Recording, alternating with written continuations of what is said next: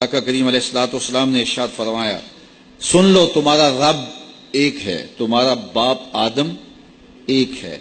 لا فضل لعربی علی اعجمی، کسی عربی کو اجمی پر کوئی فضیلت نہیں ہے، اور کسی اجمی کو کسی عربی پر کوئی فضیلت نہیں ہے۔ کسی گورے کو کالے پر، کسی کالے کو گورے پر کوئی فضیلت نہیں۔ فضیلت کا معیار صرف تقوی ہے۔ ہمارے آج بھی ہندوانہ رسمیں ختم نہیں ہو رہی۔ دولت کی تقسیم پر، امیر غریب کی بنیاد پر اس معاشرے میں تقسیم موجود ہے۔ ہمارے دیہاتوں میں چودھری اور کمی کی بنیاد پر تقسیم موجود ہے۔ رعایا اور حکمرانوں کی بنیاد پر یہاں تقسیمیں موجود ہیں، لیکن میرے اور آپ کے آقا و مولا نے قیامت تک آنے والی انسانیت کے لیے جو منشور دیا وہ یہ تھا، کسی عربی کو اجمی پر کوئی فضیلت نہیں، کسی اجمی کو عربی پر کوئی فضیلت نہیں، کسی گورے کو کالے پر کوئی فضیلت نہیں، کیونکہ کالے رنگ بھی اللہ نے بنائے ہیں، گورے رنگ بھی اللہ نے بنائے۔ حکیم لقمان رنگ کے کالے تھے اور صورت اچھی نہیں تھی، تو کسی نے ان سے پوچھا کہ آپ اتنے بدصورت کیوں ہیں؟ تو حکیم لقمان نے کیا جواب دیا؟ کہا، آپ شکل میں نقص نکال رہے ہیں یا شکل بنانے والے میں نقص نکال رہے ہیں؟ تو وہ خاموش ہو گیا۔ اللہ اکبر! تو یہ اللہ نے بنایا ہے نا، اس نے کانٹا بھی اس نے پیدا کیا ہے، پھول بھی اس نے پیدا کیا ہے، چہروں کی رنگت اس نے بنائی ہے، کسی میں کوئی رنگ بھر دیا، کسی نے کوئی رنگ بھر دیا۔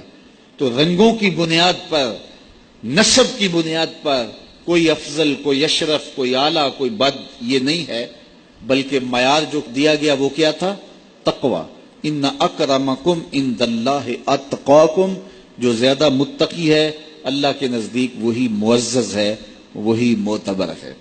پھر حضور علیہ الصلوۃ والسلام نے عورتوں کے بارے میں تاکید کی کہ وہ تمہاری زیر دست ہیں، ان کی ملک کچھ نہیں ہوتا اور کمزور ہیں، ان کے بارے اللہ سے ڈرنا۔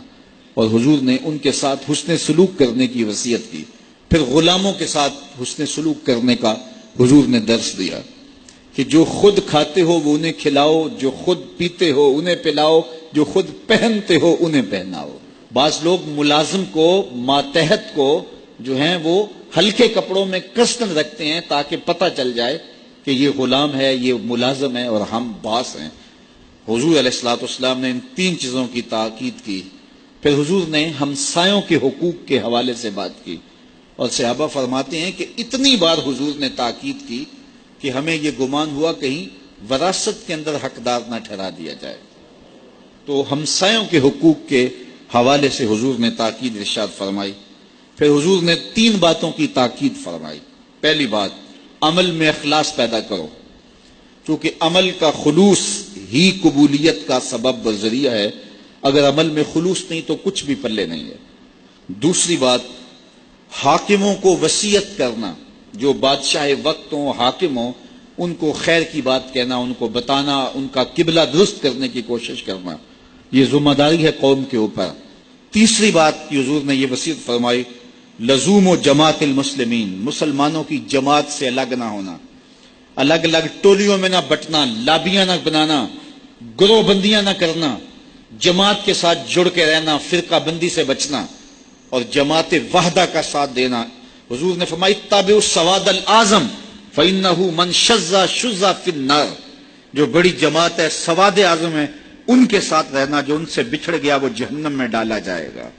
در ماہی دا چھوڑی ناہی، نہیں تے ہو جاویں گا روگی، جیڑی بکری اجڑوں وچھڑی او بگیاڑا جوگی۔ اس لیے لزوم و جماعت المسلمین، مسلمانوں کی جماعت کے ساتھ قائم رہنا۔